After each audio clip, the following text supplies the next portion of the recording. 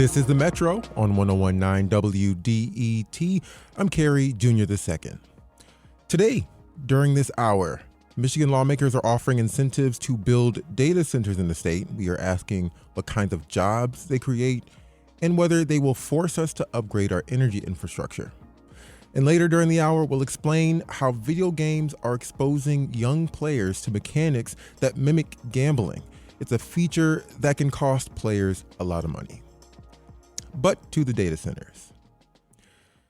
They seem like they're popping up everywhere, or at least the plans to build them are.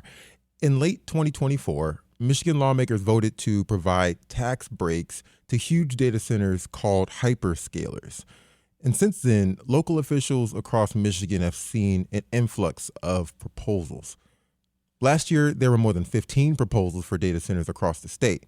Several are still waiting for the green light. For example, Allen Park's Planning Commission, they delayed a vote twice this year after pushback from residents on the data center. These proposals come with the promise of jobs, but taxpayers are skeptical. They want to know, can our electric grid handle the energy demand? And how much air, water, and noise pollution will these data centers produce? To help us answer those questions, the Metro's David Lyons called up Stephen Gonzalez Monserrate. He's a postdoctoral researcher at Goethe University in Frankfurt and studies data centers and how they affect the people and the environment. What is a data center? Yeah, so I think the simplest way to define what a data center is to think of it as a cluster of computers that are doing remote storage and kind of information or data processing from the user, that is remote from the user. So this typically means that a data center is a warehouse that's filled with these at a kind of industrial scale. But a data center can also be really small. It could be inside of a basement of a university, for example. You can have a kind of a DIY data center, or you can have a data center like the one that Meta has proposed in Louisville that will be, the size of Manhattan if it is successfully constructed, right? So, there's a whole range in terms of scale and scope and size, but really the main point is that it's computers that are clustered together to do some kind of computational work or to store information and to transmit that across the network remotely to users anywhere else in the world. Based on the definition you gave us, data centers aren't a brand new thing. Tell us a little bit about the history of computation, I guess, in the industry.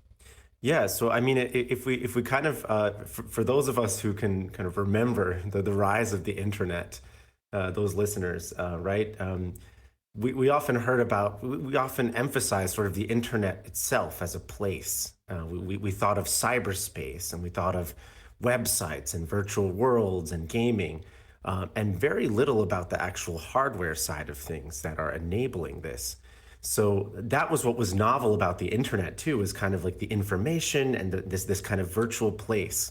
And in our focus on social media and all these other things, we kind of forgot that there is actually there's a physicality to everything that happens on the cloud. The cloud is material. It has always been material. And these data centers are the backbone of that materiality. And so data centers have been around for as long as the internet has been around. And even the kind of mainframe computers of like the 70s, right? The cooling systems, the techniques, this was sort of the prototype for what we now see at the industrial scale of like the data center. Data centers have always been part of the internet, and I think only now are data centers getting the kind of attention and recognition kind of nationwide because of the artificial intelligence boom, but they were a problem before. Yeah, so now people see it because they're driving past sites that are proposed to be rezoned to allow hyperscalers to build these really big data centers, and people are wondering what is going on inside of these. Now, you've been inside these data centers. Can you describe what is it like inside one? What are they actually like inside those four walls? When you walk into a data center, you might imagine, especially because of movies and TV now, and especially kind of these espionage thrillers, right, that it's this this beautiful sort of these corridors, these caves filled with computers that are glittering in the beautiful pipes, and it's so neat and densely arrayed in this way that kind of evokes some magical place. But what I've seen is that most data centers are not that tidy. You might see data centers where depending on the scale of the data center, you might see data centers where there's cables hanging out everywhere. It's called the rack's nest, right? It's an untidy rack spaghetti hanging out. You might see. You'll definitely see people, and I think in a lot of the images that we see in the media of data centers, you don't see the people, but there are people in there. There aren't a lot, but they work on the data center. So it's a loud place. It's a place where a lot of fans are running. It's often a cold place, depending on how it's set up. There might be cold and hot aisles where the exhaust of the servers are kind of containerized in something like a greenhouse gables. And there are many different styles of doing this, but the data center is a really strange place because it's also a place without time. There are no windows for security reasons, but also for kind of cooling, efficiency, climate control reasons. And so it's a timeless place, like a casino with this kind of fluorescent lighting. And it can be also really confusing to navigate some of these data centers because the interiors are so similar looking, like each rack, that the only kind of way that you know your way around is if you know the place, and you can see some sort of like visual indexes of, okay, this is row C and this is rack 3, and you use these different kinds of navigational tags to be able to find your way around, and it's really kind of remarkable. And that's actually by design because it's a security feature as well, and so that if anyone who would have designs to kind of sabotage a data center, well, good luck for finding your way around. Okay, that's fascinating. I never knew that data centers were designed to kind of be like a maze almost, but to be a worker, spend all your time at work there. I could see that being a different kind of experience. They also mentioned all the temperature control and the temperature changes, and that leads me to need to ask about the energy use that goes into maintaining and operating a data center, specifically the hyperscaler ones like we're seeing in Southeast Michigan being proposed. How much energy goes into operating one of these? And is it mostly about maintaining the temperature, or how's that equation work? Yeah, so going back to the definition of a data center as a cluster of computers, these computers are performing calculations, they are processing data, they are storing data, they are doing all of these things. Now, these functions you might call computation in the kind of the tech speak. That's what this is, computation. But not all computation is created equal, right? So if you're going to do like powerlifting, it requires a lot more energy, right, to be able to lift a heavy weight with your body. You can think of computing in a similar way. It takes a lot more energy to train an LLM than it does to just passively kind of store information in a hard drive that you might be accessing through your Gmail or something. It takes a lot more energy to do cryptocurrency mining, the kind of activities associated with that, with blockchain, than it does, just kind of browsing a website that is being hosted on a server. And all of these kinds of activities online in computers, they have an electricity footprint, right? So you have all these computers that are actually consuming electricity to perform the calculation, but then you have this problem of waste heat. And for a long time, data centers, about 40% of the electricity that they were using had to do with cooling, especially when the systems were air-based cooling. So it was almost a 50-50 ratio. It was close to a 50-50 ratio in some cases. But just to kind of give you some concrete examples, I would say that the average data center is thought to consume as much electricity, depending on the size, as a small city.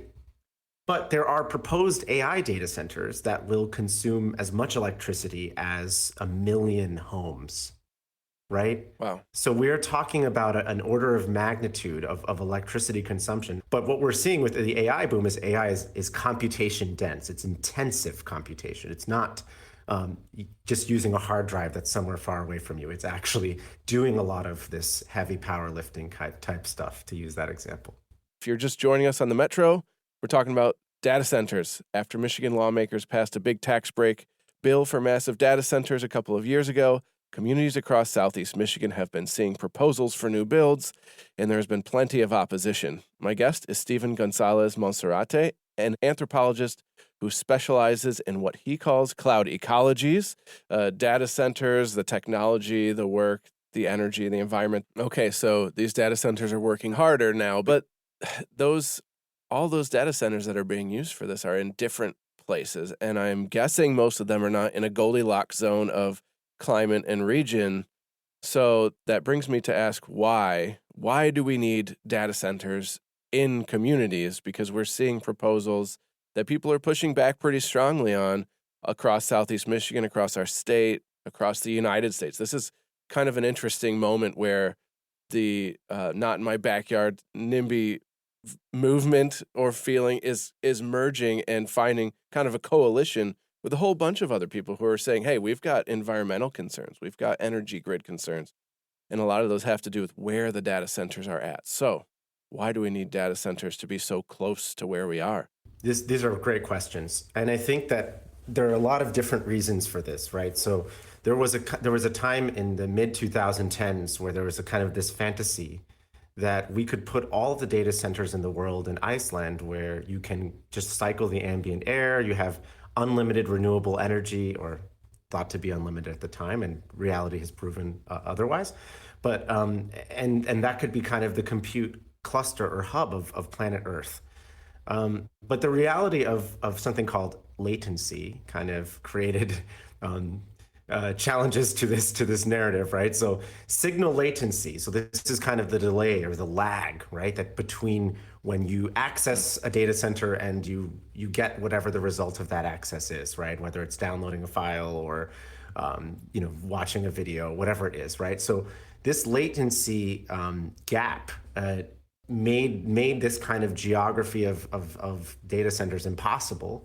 But then you also have the added fact of we are crossing, physical, we're crossing national borders, right? So there's also this idea of data sovereignty, where you want the data in the country that you're in case, let's say you're relying on Microsoft services and you're based in Europe, and then something happens with the U.S. and now you can't access your all of your services, right? So there's also this level. So this might be why you want the data closer to you, because it's like New York Stock Exchange trading, where they purchase buildings that are 500 feet closer to the stock exchange to gain a nano fraction of a second of latency advantage. This has happened, right? So these are two really important factors. But I think the other one has to do with space.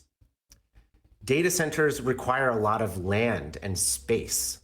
And so increasingly what we're seeing with the AI boom is that utility companies who have under their purview a certain territory, they know best where they can have the plugins that are needed in terms of infrastructure, in terms of power and water and all the other stuff for a data center within their territory. And so they are also part of this process of that we're seeing unfolding, right? Where data centers are coming in mass to rural communities, because they just need land and they need electricity to do this compute. The compute might have nothing to do with the people around it. It might be so remote completely.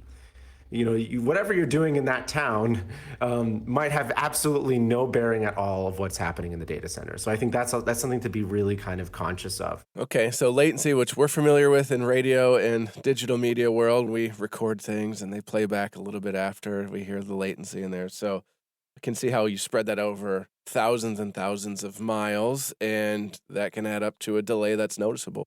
In order to build data centers in communities like we have in Southeast Michigan, like Allen Park, where there's one proposed, there's one in Saline, Michigan that's proposed, there's several.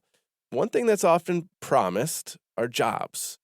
You're an ethnographic researcher, an anthropologist, so you know what goes into these jobs and how many people work at these places. You kind of told us a little bit before, but what kind of jobs and how many are we really reasonably going to expect from a really large data center? Yeah, so this is a really important question because there is this sense that AI is the future in this kind of vague way, where we have the future as this thing that is inevitable, the future as this thing that is desirable, and also this idea that no one should be left behind from the future, especially rural America. And so this is kind of the pitch, another level of the pitch that data center companies or tech companies make when they try to court a local government to approve of the zoning or whatever for the construction of a data center. And it's really important to not forget that, because that's really powerful and it's also intangible.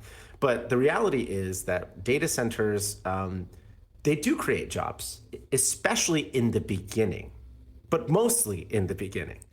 So to construct a data center that is, for example, the one, that I mentioned earlier, that might be the size of Manhattan, you will need a sizable construction workforce, right? And so in terms of construction jobs, there is a huge amount, right, that are created. But once the data center is built, those jobs will disappear. This is a temporary kind of boom. And you have this influx of all of these workers who are building the data center, who will also theoretically inject money into the local economy by consuming services or whatever. So that's sort of the maybe the most evidence for kind of economic gains are there. Once that happens, you have the jobs that are required to kind of maintain the data centers. So you have a sanitation crew that has a kind of specialized industrial hygiene skill set, right? This could be a local company, but in some cases it's not. It really depends on what are the parameters, what was negotiated with the city government. And because people don't understand this, they often are not negotiated always in the favor of the community. But thankfully, a lot more people are becoming aware. So you have industrial hygiene, where the sanitation of the data center is essential to keep it working, from dust and particulates and other things that can corrode equipment and bacteria and so on. You also have the security crew or team. So there's surveillance of the facility, through private security often. On the outside of the facility, but also kind of a remotely contracted other kind of security. So there could be jobs there, but they're not always local, right? And then you have the actual people who run the data center itself, the technicians who are inside of it, who are doing walkthroughs.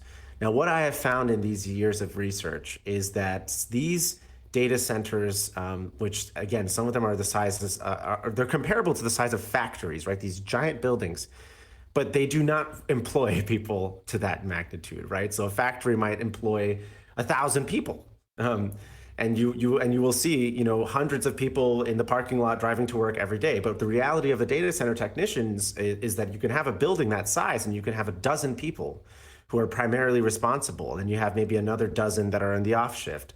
So it does not create the amount of jobs that a factory does. It's just not true. And that, I think, is the part that is the most misleading. The other part is that the skill set of a technician in a data center is a very specific skill set, and seldom do the local people in these rural areas possess such a skill set. And so they might be brought on as a kind of novice technician or a kind of entry level if they have some IT background. Or if they have an HVAC background, but not always, right? And sometimes these workers are imported from elsewhere, as I've seen in many cases, where the company will just move somebody from another data center that's in the same state and have them there, or rotate them periodically in like monthly shifts or something.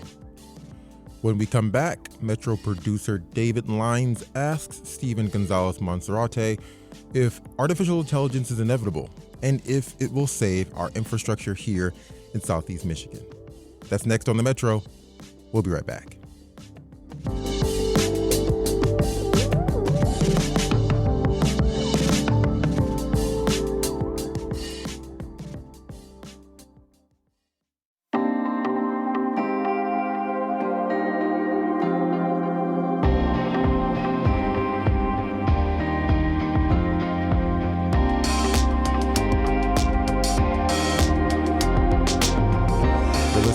The Metro on 1019 WDET, Detroit Public Radio. I'm Kerry Jr. II. Before the break, Stephen Gonzalez Monserrate described to the Metro's David Lyons the jobs that people do inside data centers. Let's get back to their conversation. Stephen, we've been talking about what's necessary to really run and operate a data center. Now, I'd like to get a little bit more into kind of the philosophy of it, how much we need this technology and how it's going to really work on this large scale like we're seeing. Let's start with the idea of inevitability.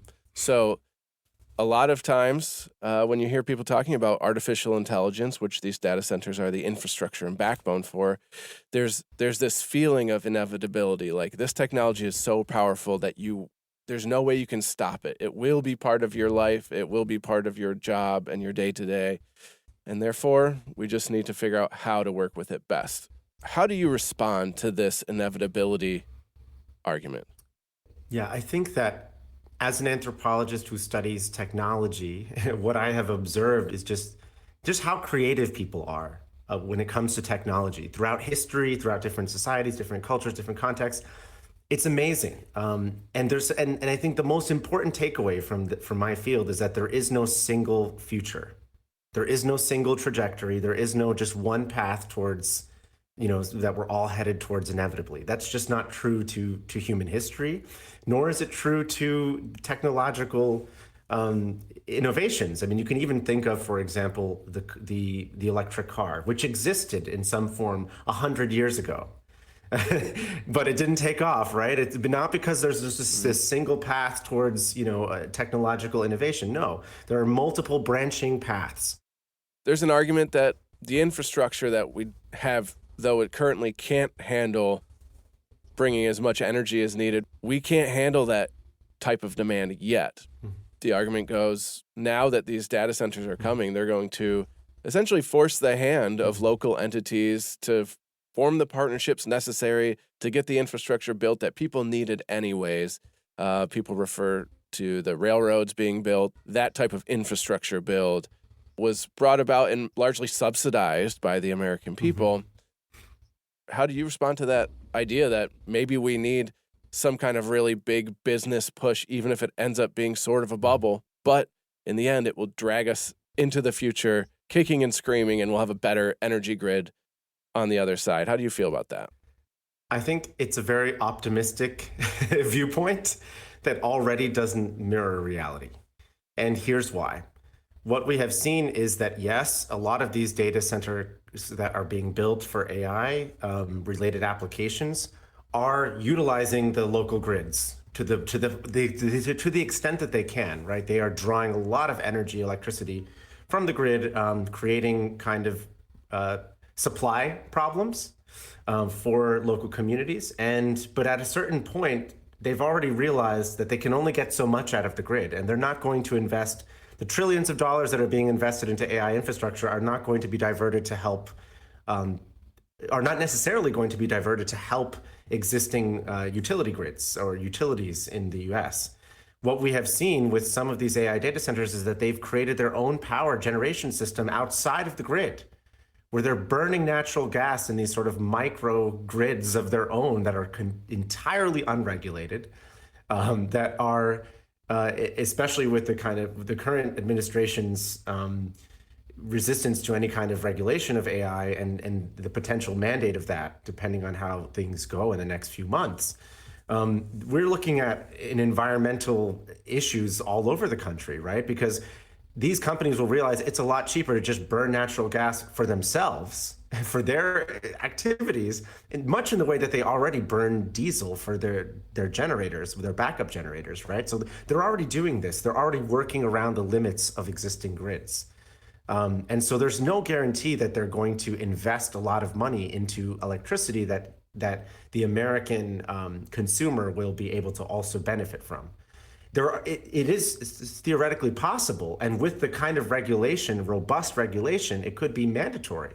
And that might be a much more sustainable path for the expansion of AI, especially if AI, as you said, if this kind of bubble bursts, right? Who will pay for that economic fallout?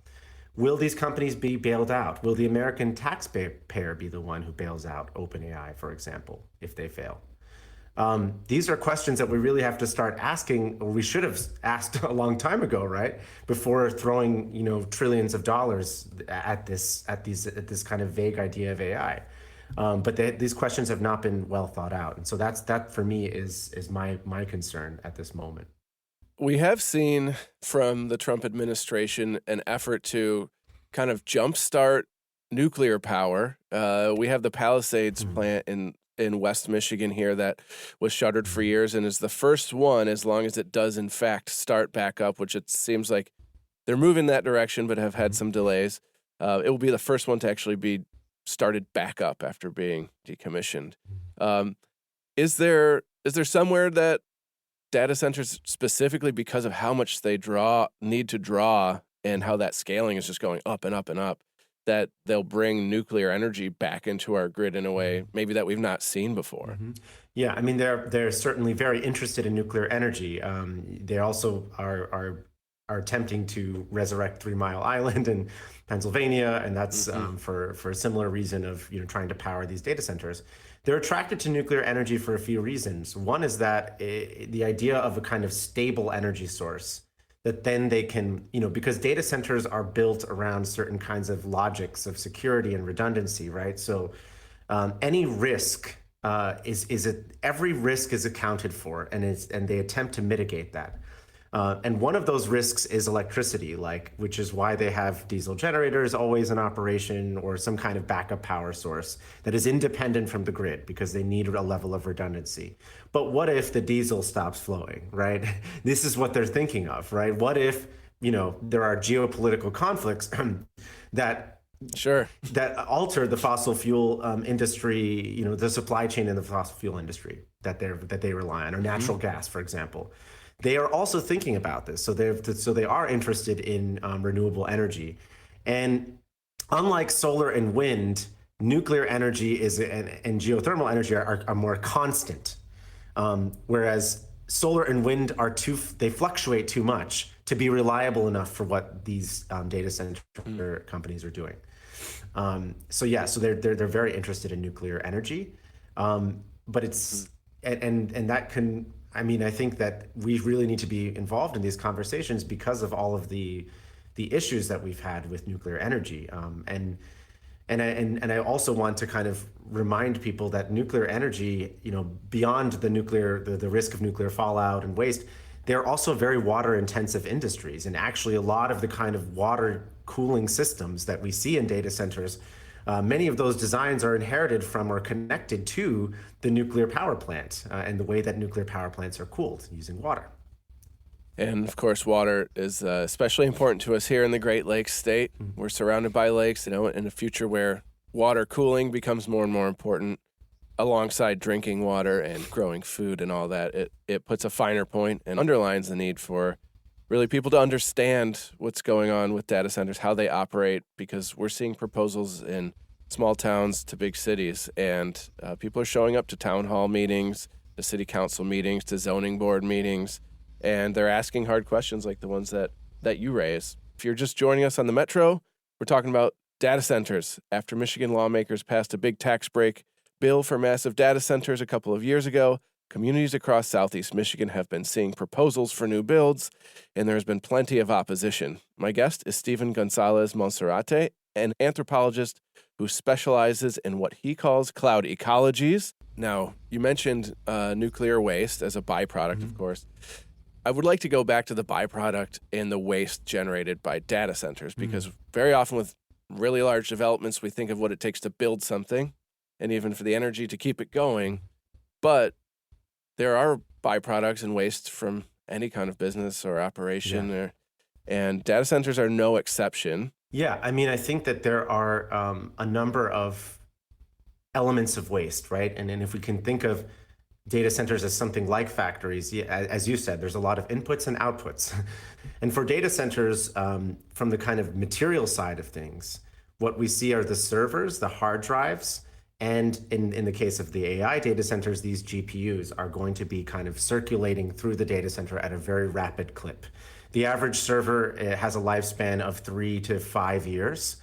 And a GPU, for the kind of at the level of intensity that GPUs are utilized in AI data centers, they are likely to have a lifespan of less than 2 years.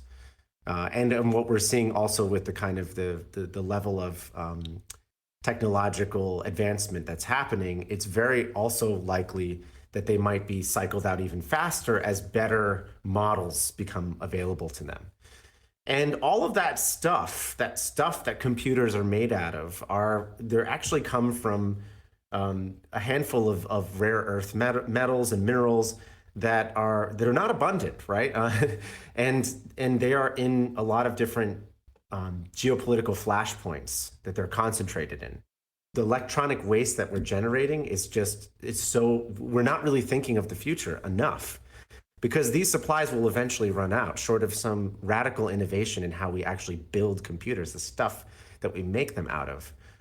We are also going to face a lot of conflicts when these supplies run short, or if there are geopolitical events that reconfigure the kind of order around which these supply chains flow. It's hard not to think of the sci-fi movies I've seen where you have, robots or maybe people combing through just piles and piles of old computers and other e-waste and motherboards to scrap together all those rare earth minerals, and kind of the same way that we have recycling for steel and other metals now and recycling centers here in Detroit. All that being said, is there room for us to be optimistic about our digital world? I mean, it's changing so fast, and maybe there are several forks in the road that we could choose to go down, as you described, instead of this inevitability of just the super scaled artificial intelligence future. But regardless, it seems hard to look into AI data centers right now and those implications without feeling a little pessimistic. But there has to be something optimistic for us in here, because we know things aren't going to be all bad. Is there a sunny side to this story? Design is not destiny. Technology can change in ways that no one can predict or expect. And that with the right amount of investment of energy, attention, and mobilization of communities, you can actually make a difference, right? Because these are services.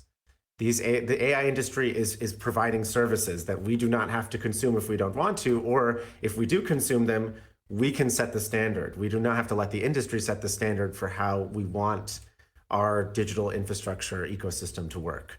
A lot of people probably don't realize that, like artificial intelligence is kind of an old concept, and the kind of generative artificial intelligence applications we're seeing today are just one of many possible futures for that field.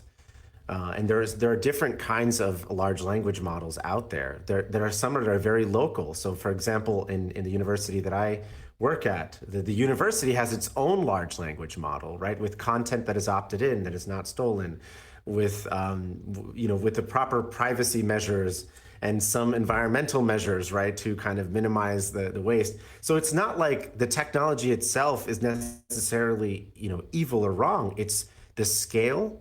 And it's also, what is it for? I mean, this is ChatGPT is trying to be everything. Anthropic, cloud, they're trying to be the everything. And that is not necessarily, that is definitely not the most sustainable way to go about, this kind of endeavor. And it is also not the most ethical way. Stephen Gonzalez Monserrate is a postdoctoral researcher at Goethe University in Frankfurt. He spoke with the Metro's David Lyons. All right, coming up, video games nowadays feature in-game prizes that resemble slot machines, and they're designed to be addicting. We'll dive into this new frontier of video game and gambling addiction. Stay with us.